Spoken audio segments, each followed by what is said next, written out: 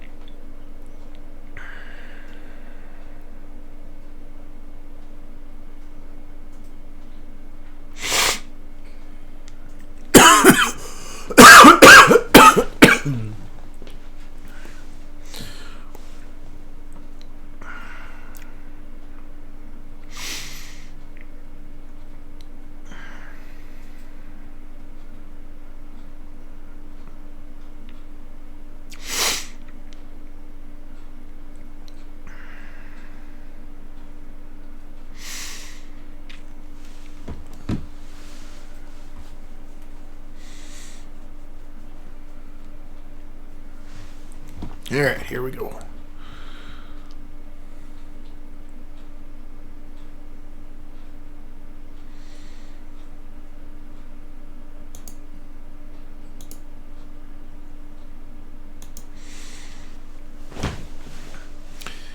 Good morning.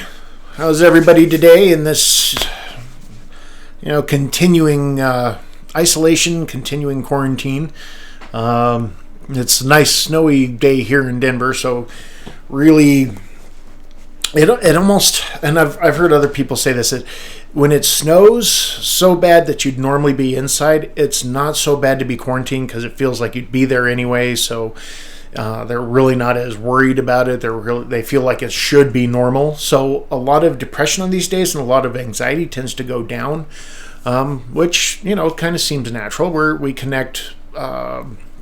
We have the connections and the associations that a snowy day means stay put, hunker down, hibernate, and that seems natural to us. So, it kind of makes sense that these are lower anxiety days. Also, today, one of the big things going on is... let's see. There's protests about wanting to break quarantine. There's anger. There's frustrations going on, and which is perfectly natural because a lot of people are in dire straits right now and they're in rough places right now because they're losing money. The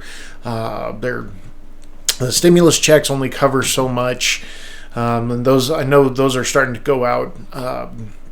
Unemployment's only covering so much, and the Department of Treasury hasn't gotten that boost for unemployment yet. I think it's supposed to be an extra $600 per week or per payment. I don't remember right off the top of my head.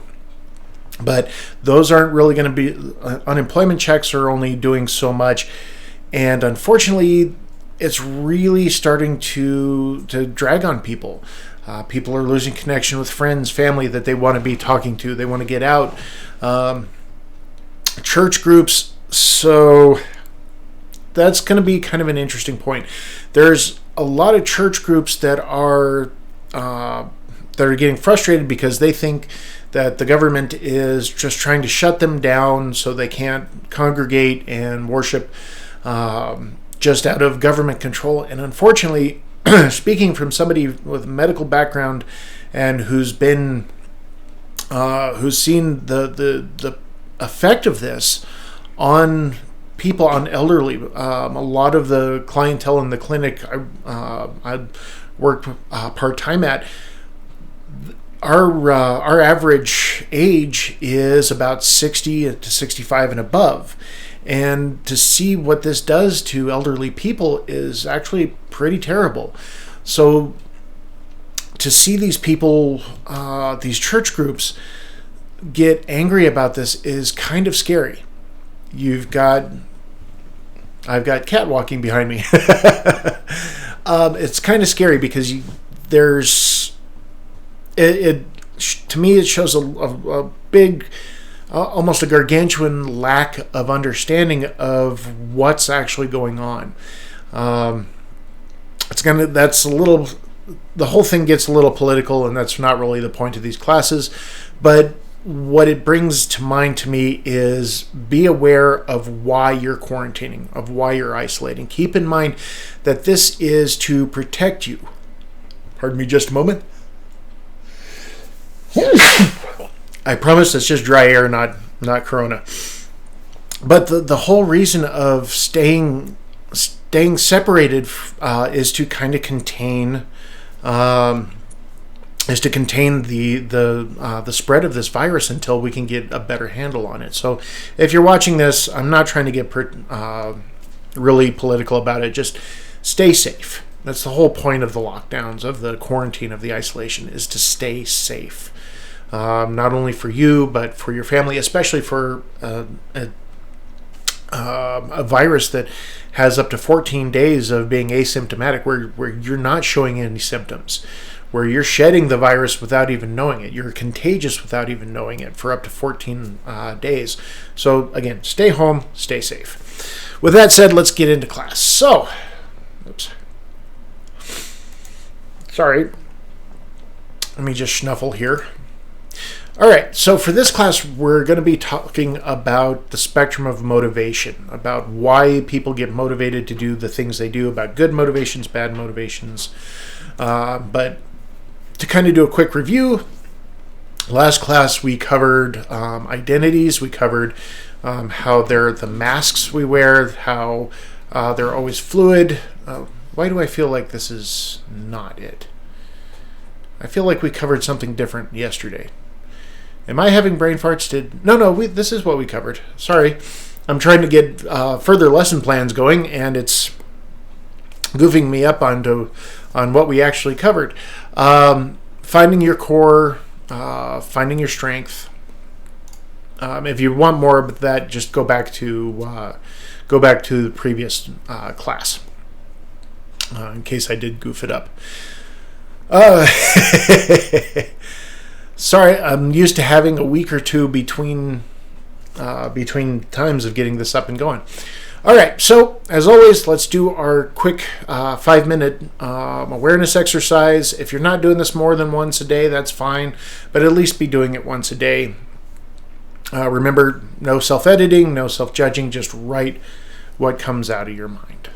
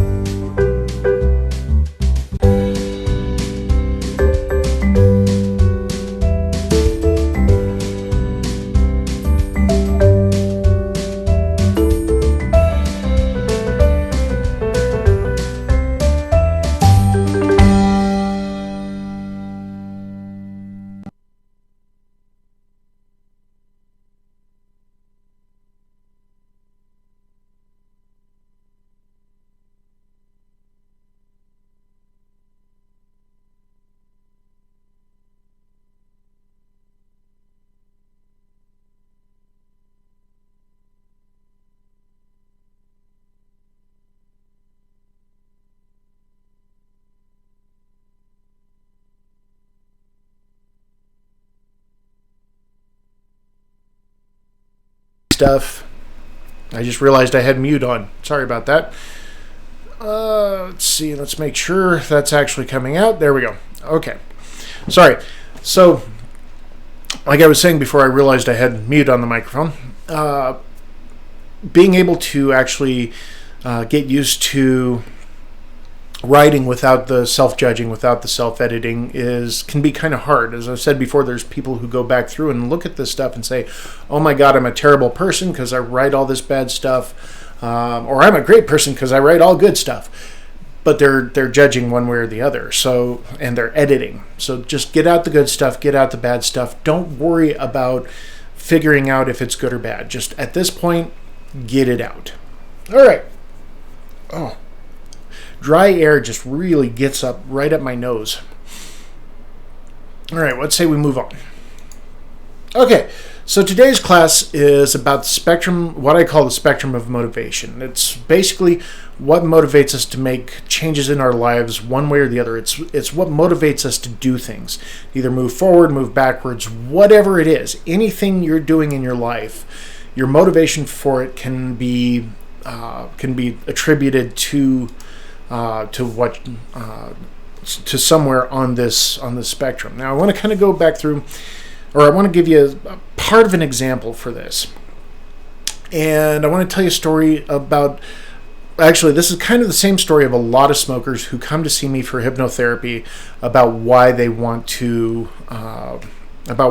quit smoking, and this is part of why I do a consult before actually doing the session, because it's all about motivation. Now, if most are, well, I can't say most, but a lot of smokers come to me, they want to quit smoking. This also works for weight loss and for quite a few other things that people come to see me for changes. They say, well, I want to quit smoking because my doctor's making me, my spouse is making me, I'm broke all the time, I can't get this done, or I can't get that done. And unfortunately, when they come to me and say, I want to quit smoking because somebody's making me do it, I have to tell them, I can't help you. I can hypnotize you all day long and you'll be back to smoking within a couple of days.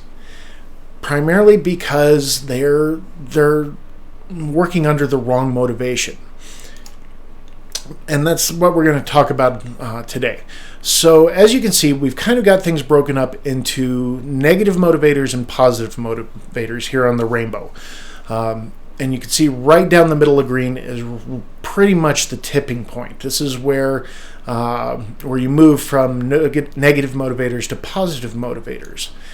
Now, negative motivators, the whole thing behind negative motivators is basically, if I don't make a change, something bad is going to happen. These are all consequence motivators. On the other side, the positive motivators, all of these motivators are benefits. I've made the change and now I'm enjoying the benefits, or I'm making the change because I want these benefits. I want this good stuff to happen. So on the negative side, right down at the bottom, we've got red. We're just going to go right up through the rainbow here. And I think this is going to be a pretty quick class because explaining these really doesn't take a whole lot. Trying to integrate them into your life and understand where your motivators are for the things you do, that's a little different. That takes a little bit more. So down in red, this is the emergency. This is somebody comes and says, I need to quit smoking, or I need to lose weight, because if I don't, I'll end up, or my doctor's diagnosed me with COPD, with emphysema, with cirrhosis, with congestive heart failure. If I don't make a change in the next short time, usually about 6 weeks to 6 months, if I don't make this change, I'm going to die. You'd think this would be a fantastic motivator. You'd think this would really get people going. And it does, but it doesn't last. Because this is it's an intense emotion, and we've talked about that before. Intense emotions can't last. No matter how much our body wants to hold on to them, it can't last. Hi, Logan. And so these intense emotions, or this intense fear of death, of debilitation, gets people motivated to start making the change. They immediately put down the cigarettes. They immediately start in on some exercise program and make changes to their diet. And eventually it kind of moves them up to orange. They're still, they've quit smoking for a little while, but for whatever reason, they still want to go back to it. It's their stress motivator, or it's their stress coping mechanism. They enjoy what they're eating. They like eating unhealthy. They like sitting around the house. They just made the change because their doctor said, if you don't do this, you're going to die. Well, one step up from that, in the orange range, this is still very bad. It's not life-threatening, but it's still bad. It's where I want to quit smoking because I feel sick all the time. My doctor still says it could be bad down the road. I could have a heart attack down the road. I still want to keep doing what I'm doing, but I have to make a change. Otherwise, something bad will still happen. And that's all of these negative motivators. If I don't make this change, something bad will happen. When you're in the orange area, it's still really bad, but it's not life-threatening. When we get up to yellow, things are still bad. Okay, your spouse is saying, I'd really like you to quit. I don't know how much longer I can be around you while you're smoking. I'm tired of the smell. I'm tired of trying to be around your breath. I'm tired of us not having any money. Weight loss. I'm tired of catering to your lifestyle. This is your spouse saying, I don't know how much longer I can be around you if you're going to continue to be this way. It's your doctor kind of saying, I need this. You kind of need to make these changes, otherwise you're going to end up down a bad road. Things like your boss saying, I kind of need you to make this change. And I know I keep using smoking and weight loss, but these are the ones I see the most. But think about work habits, going back to boss. Work habits, study habits if you're a student. If your work habits down in the orange, maybe not so much in the red, though it could be. If you don't make a change in your work habits or your study habits, in the orange and the red, you're gonna get fired, you're gonna get expelled, you're gonna fail. Those would be down in the orange and the red. In the yellow, for study and work habits, your grades start slipping. You get passed over for raises and promotions because you're not working the way you need to. You're not studying the way you need to, and so bad things are still happening. If you don't make the change, bad things are going to continue to happen. So people get this is actually where most people are at when they make New Year's resolutions. It's not so much that they want to be healthier or they want to have more money or be in a better way. It's more along the lines of they've been telling themselves they need to do this. They don't want to, but it's socially acceptable to do it. Society's making me do it. Not I want to be healthier or I want the raises or I want better grades, but society expects it of me. It's the college or the school expects it of me. My boss expects it of me. This is pretty much in that area. In fact, I used to work with a guy who would consistently come in 15 minutes late. And this was in a job where they didn't really track when you came in or when you started working. So he would basically walk in anywhere up to 15 minutes late, clock in, start doing his job, clock out whenever the shift was over. And we kept saying, well, we need you kind of here on time. When are you going to be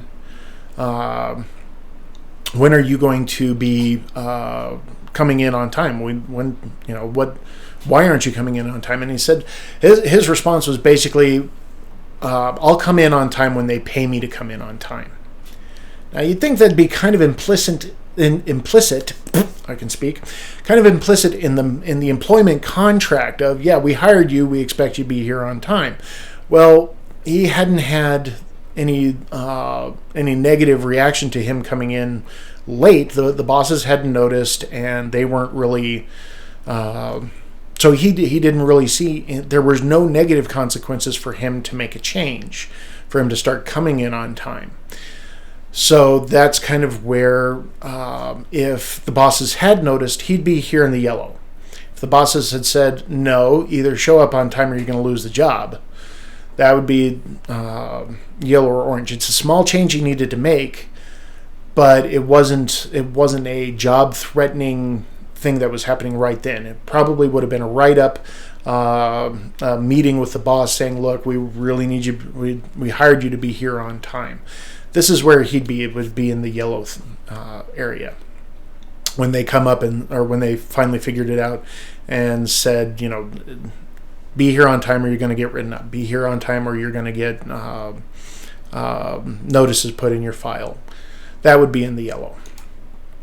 And so to kind of recap, for the negative motivators, they're consequences.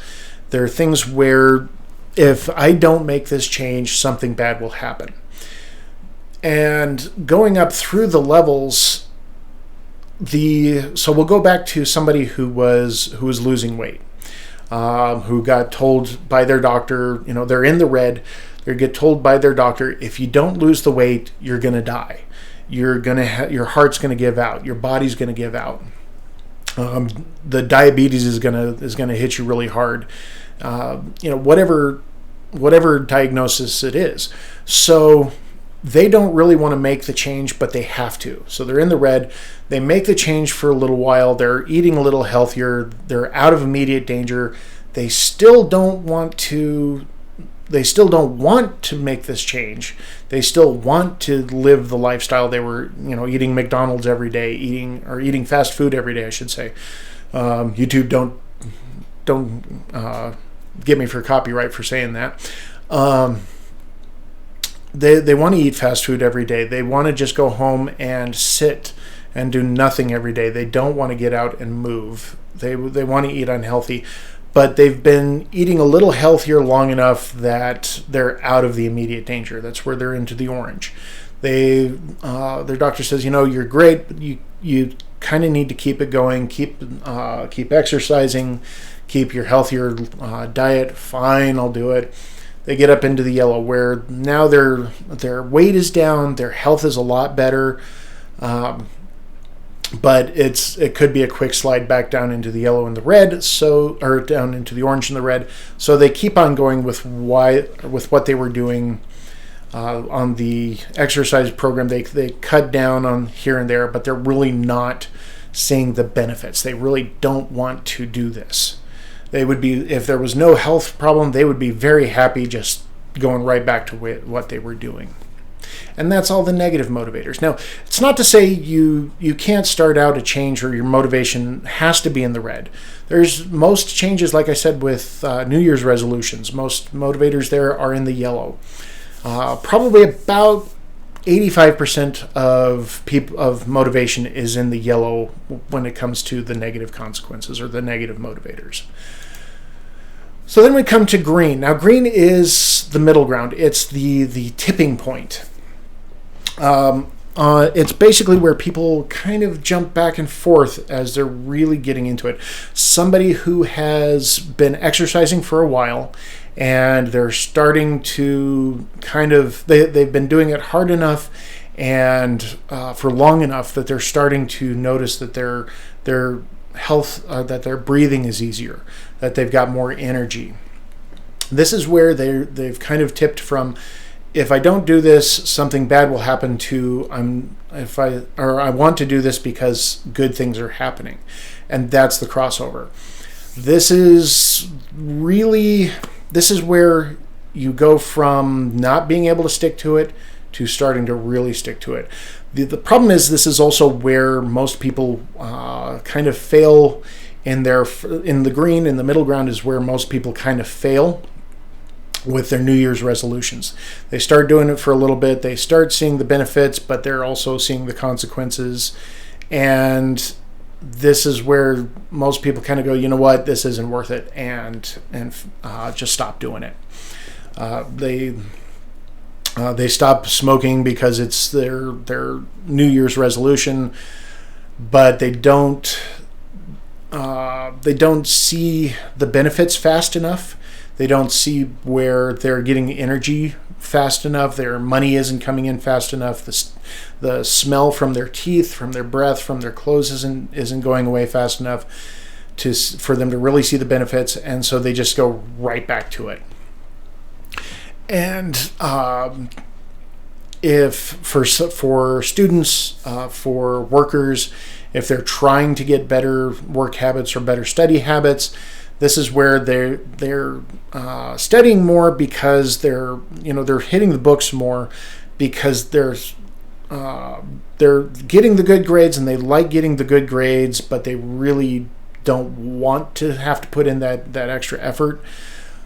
When they slip over onto the benefits side, they're noticing the extra grades are there, or the higher grades are there. The extra praise from your boss is kind of there. You can kind of see where they're smiling at you a little bit more. Hey, a little better of a good job. But the information that they're studying, they haven't learned all the good habits yet to really take in the information and make the studying easier and faster. So they kind of jump back and forth on the line. They slip back and forth. If you've got, so I'm going to take a quick moment. If you've got something here where this is sounding right, or this is sounding familiar to you, just put it on the chat. Let me know if this is. If you've been in this situation, if you've been in the negative motivators, I'm making this change because I don't want bad things to happen. While you're doing that, we're going to move into the positive motivators. Now, for the positive motivators, these are all benefits. You're making this change because you want the benefits. And like I said before, you don't have to. You can start anywhere on the spectrum when you're making a change. It doesn't have to be always in the negative motivators. That's where most people start when they're trying to make a change, but you don't have to. It's not necessary. Positive motivators, you're doing this because you want better health. Not because your doctor's saying you have to have better health, but because you want better health. I want more energy. I want to have better breath. I want to have more money in my account. These are benefits. These aren't consequences. And so when we get into the blue area, nice things are happening. For your exercise program, you're starting to see the pounds or the inches, or whatever measurement you're using. You're starting to see it move easier. You're starting to see those inches drop down. You're starting to see that weight come off, and you're not having to be as angry about it to get it done. You're starting to notice you don't crave the nicotine as much. Nicotine actually doesn't take all that long to get out of your system, but there's other things in cigarettes that do. But you're starting to notice that your hands smell better from not holding a cigarette. You're starting to notice that it's a little easier to hit the books because you're starting to process the information a little better. You've developed a few better work habits, and you're starting to notice, okay, this is making my job a little easier. I'm not having to duck out the boss as much, and things are sliding into place. In the very good, in the indigo section, this is where you're really sliding uphill, as it were. You're finding out that the benefits really outweigh the consequences. Jennifer, weight loss and quitting smoking, have a much healthier lifestyle. All the colors and steps absolutely make sense. Good. I'm glad this is working for you. These are so this is hitting for you in a big way. So Jennifer, when you started out, pop up on the chat really quick for weight loss and for smoking. When you decided to make those changes, where were you on the spectrum? Were you negative motivators or positive motivators? Go ahead and pop that up there real quick. So here in the very good area, you are you're you. I really can't talk today. For a smoker, you've quit smoking long enough that you're not getting that your money is, or you've got so much more money from not having to buy cartons. Your health is up and going. You've got energy to run around with the kids. You've got energy you've got energy to go out and go hiking, to go biking, to exercise, to do the things you want to do. For weight loss, you've got the energy, and you're really feeling the energy. You're waking up wanting to do this. You're waking up wanting to eat healthier. You're waking up wanting to get out and take that hike. You're not even worried about the weight anymore. You're not even worried about the effect of, or how much your lungs are clearing out. For smokers. Let's see, Jennifer, I started in negative until I finally understood consequences. Yep, that's pretty much how it is. Let me know in the chat how you're doing now. As of today, where are you on the rainbow? Because I'm pretty sure you're still doing things in a healthy way, and actually, how long has it been since you quit smoking? I actually kind of know the answer, but I want if you're willing to tell people how long you've been at it and where you're at on the rainbow now, that'd be fantastic. But for students in this area, in this indigo, I even lost 80 at one point and gained 60 back. That's when I knew I had to change. Yeah. Oh yeah, that's that might even have been in the where you were in the green area.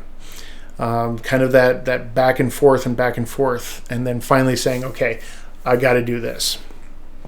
I got to do this for good reasons, not bad reasons. But I know I keep jumping back and forth. Sorry. Jennifer, let's see, 3.5 years quit smoking. Nice. 5 years down, 165 pounds. Fantastic. That's fantastic. That's huge. That's huge for a lot of people. And what were the benefits you saw from this? Now, because I'm pretty sure if you've been going that long, you're here in the indigo or even in the violet. What are some of the benefits you found from doing this? For going back to students, at this point, you've been doing the habits, the new study habits long enough that you're just taking in the information. Sitting down with the books is now easy. You know where to find the information. You know how to find the information. You know what skills you need to use to remember it easier, to take it in easier, to integrate the information easier for your classes. For the workplace, you've started your your new work habits in such a way that you're seeing the boss come by every day saying, great job, keep going. I think we've got a promotion for you. These are the benefits. You're not doing it anymore because if you don't make the change, something bad's going to happen. Now you're doing it because you're enjoying what's happening because of the change.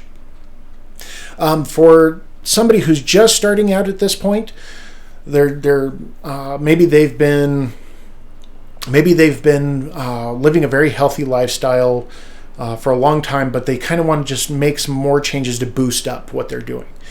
That's where this would be. Somebody who's been bicycling for a long time, now they want to train for a marathon. They know the benefits already. They just want to add some more benefits onto there. For somebody who has been doing for somebody who's been working and getting better habits or better work habits for a while now they're really just jumping up. They're enjoying the accolade. They're enjoying the recognition. They're enjoying how it makes them feel to be more productive. So they start asking the boss, okay, can I take on more? Can I take on more? Can I take on more? And can I do a better job? That's where you might be in this area and starting a new change. Let's see, before we move on, I know I keep bumping in and out. Sorry, but I want to keep going because Jennifer's been doing really great with this. It looks like, and I want to get this on the video, not just in the chat, for people who are just listening to this without actually being able to see the chat. Let's see. I started in negative until I finally understood consequences. Okay, my whole life has changed. Better relationship with food, healthier for my boys to be able to raise them. I feel I am an indigo on my good days. Haha. Yeah. I smell better with no smoke cloud following me. Nice. Very nice. Let's see. My energy is through the roof and my heart is happier. Nice. Very nice. Yeah, it's these... when you're on the benefit side, the changes come so much easier, and it lasts longer too.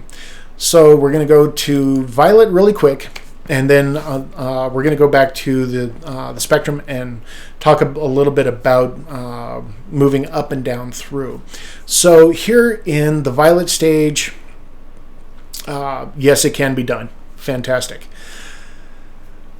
Here in the Violet stage, you actually, for somebody losing weight, and it sounds like Jennifer's at this point,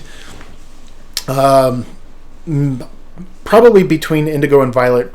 Right now, if you're in the Violet stage, you can't even remember what it was like to be the old way. You can't even remember what it was like to have that cloud of smoke around you. You can't remember what it was like to have that bad breath, or be out that money, or to have that low energy. You can't even remember what it was for weight loss. You can't even remember what it was like to be scarfing down fast food every day. You've been doing this so long. You've been doing this new way of life so long that you've become a whole new person. You've broken down all of those old associations with the negatives. And now you've boosted up and enhanced all the positive associations for so long that the person you were is gone. At this point, it would take a catastrophic event for you to go back down to the way you were.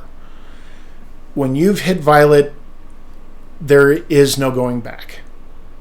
This is who you are now. You're the weight loss, the great student, the great worker. For an employee at this point, you're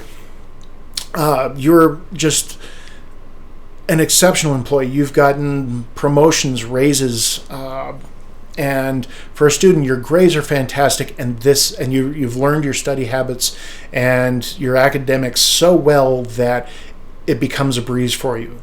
I'm not saying understanding the information is a breeze, because everybody's got different levels of understanding, but you've been doing your new study habits for so long that you don't remember what it was like to not want to study, to be that slacker student, as it were, to just put off studying, for tomorrow. I'll get better grades later on in the semester. You can't even remember what it was like to be that way. Let's see, I think, pretty much covered.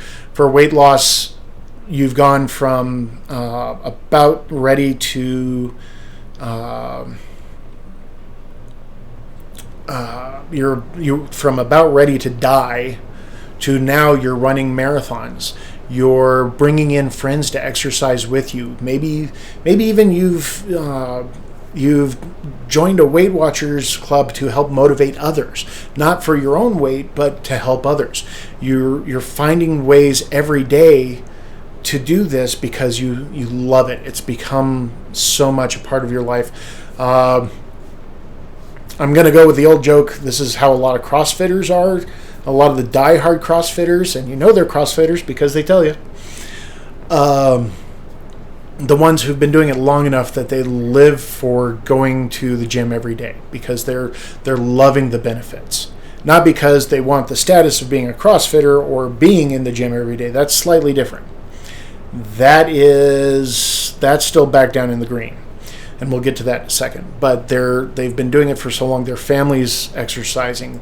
Their friends are exercising. They're enjoying it so much that they can't remember what it was like not to be not to be at this this energy level, or this weight, or this level, I guess you should say, or I guess I could say. All right, Jennifer, that's how I know I'm not there just yet, because I still see that other girl some days. I am a work in progress, a work in progress, and learning to love my perfect imperfections. Fantastic. Okay, work, yeah. See, I can't talk either. Yeah. Autocorrect, darn it. So the benefits have taken over you so much that you can't even remember the consequences. That's the violet section. All right. So going back to the full spectrum, pretty much anywhere from yellow to blue is where most people are, because they're either making the change for a consequence, or they feel like they're being forced to make the change in some way, shape, or form outside of themselves, to starting to see the benefits and enjoying the change. That's where most people start out. They want to do it because something good is happening, or they're on a low level, or they're doing it because something low level bad is going to happen if they don't. And it can bounce back and forth. Now, go back to the CrossFitter, this is kind of a bad example, but it's the only one I can think of at the moment really quick. So for somebody who does CrossFitting, if they're doing it because they like the benefit they're getting from it, if they're doing it because they like having that energy, they like having the benefits that come with it, then they're on the positive motivators. However, if they're doing it because being a CrossFitter is a status thing, that's in the negative. They're doing it because if they don't do it, it's a negative consequence. Their friends, their social circles,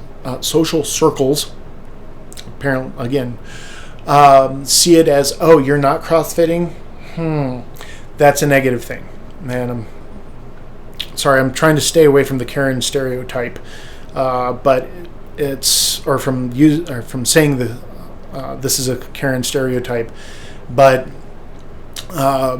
really understanding why you're doing something is huge. Are you doing it for the benefits, or are you doing it for the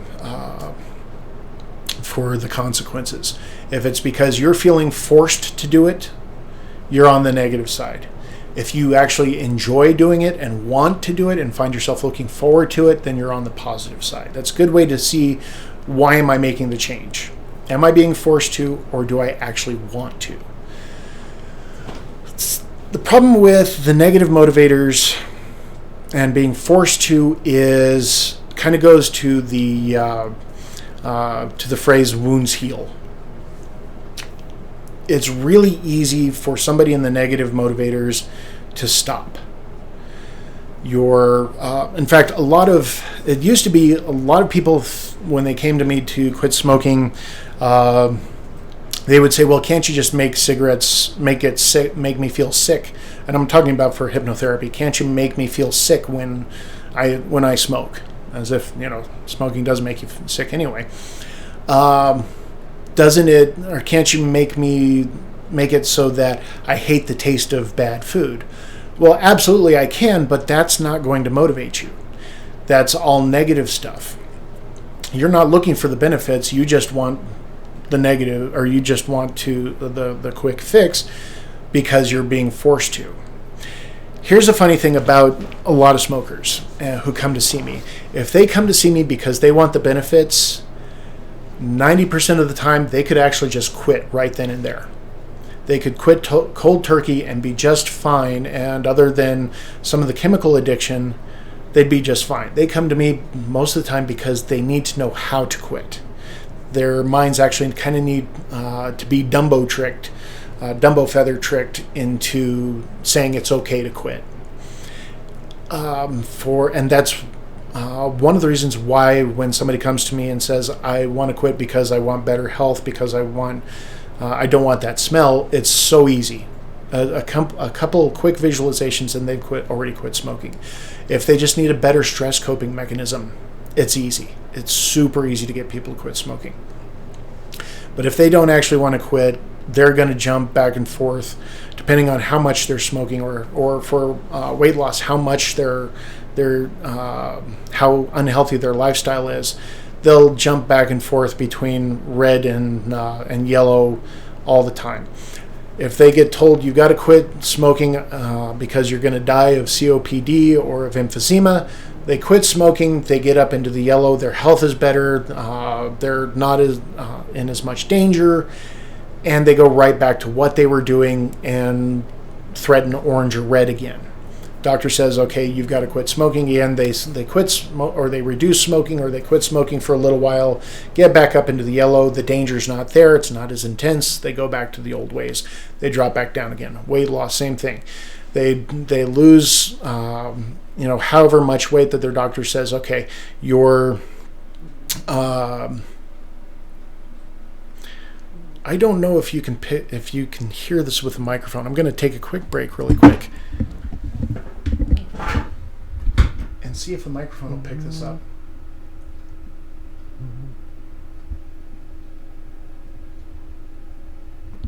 If you could hear a slight little noise, that's actually my cat snoring.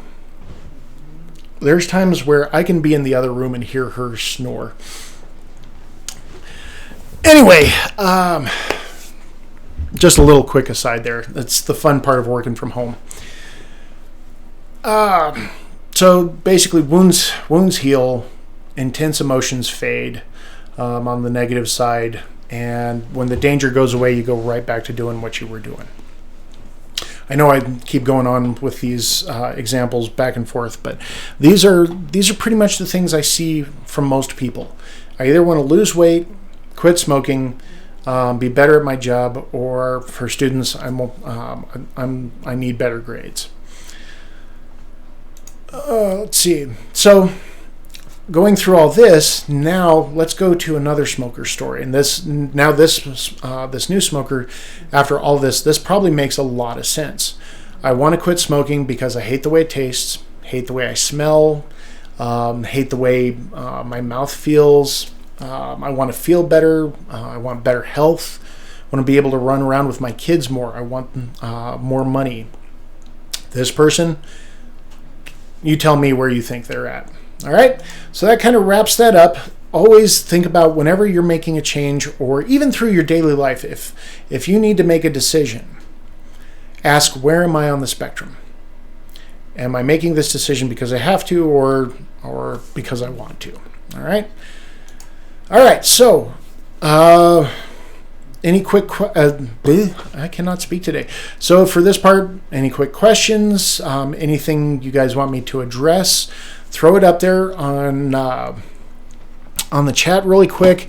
And I'm noticing as I'm looking at my monitors almost a minute or so of lag. So I'm going to hold on and actually... So first, while you guys are throwing up questions and I'm waiting for the lag to go through, I want to tell you a quick story about someone I knew. She and her friend were pretty heavy smokers. And this kind of goes to people not quite realizing all the negative effects of some things when they think they know all of them, but they know them, all of them up here, but they don't know them here. So this lady and her friend were pretty heavy smokers. And one day they found these little plastic tips that you could put on the end of the cigarette, and it was supposed to block the tar that came through. And so they bought a couple of them, or a couple packs of them, went home, brushed their teeth really good, brushed their tongues, brushed their mouths out really, really well, and put the tips on the cigarettes, smoked a couple of them, and went to eat their, I think it was Cheetos. They were trying for a really extreme taste. And they scarfed down a bunch of Cheetos, and I asked them, so how did that go? And they said, well, we could really taste the Cheetos. I said, well, yeah, that kind of makes sense. They said, well, we knew it coated our lungs, but we didn't know it coated our tongue. Again, knowing things here and knowing things here isn't always the same. All right, so we've taken a couple moments Any questions you guys had? I imagine you'd have thrown them up by now. So for that, we're going to wrap it up. And this actually took a little bit longer than I thought, but the examples, I know I kind of overpowered on the examples a little bit, but I've found through various classes and explaining this to various groups and businesses and clients that they have a hard time relating it to themselves unless you've got an example that they can resonate with. So Jennifer, obviously this resonated with you quite a bit. If you're watching this on replay, I'm hoping somehow it resonated with you and that you kind of understand. If you've got any questions, you can always go to our website, 5menmindful.com, and ask for more clarification. Or if you've got a story about how it related to you, please go there. I want to hear these. You can like and comment. Throw your comments down there as well. Stories, questions, things where you're not quite sure and you want a little better explanation. I love to go back and give further explanations on some of this because I want you to understand it. I want this to work for you. I want you to have a happier life, and understanding your motivations will definitely bring you a much happier life. So with that, we'll call it good. You guys have a great day, and we'll see you tomorrow. Tomorrow, I think we're going to cover a little bit more about stress, especially with the stuff that's going on with COVID, quarantines, and I think I'll bring out a few more stress reduction methods. All right, so enjoy your day, guys, and we'll see you tomorrow.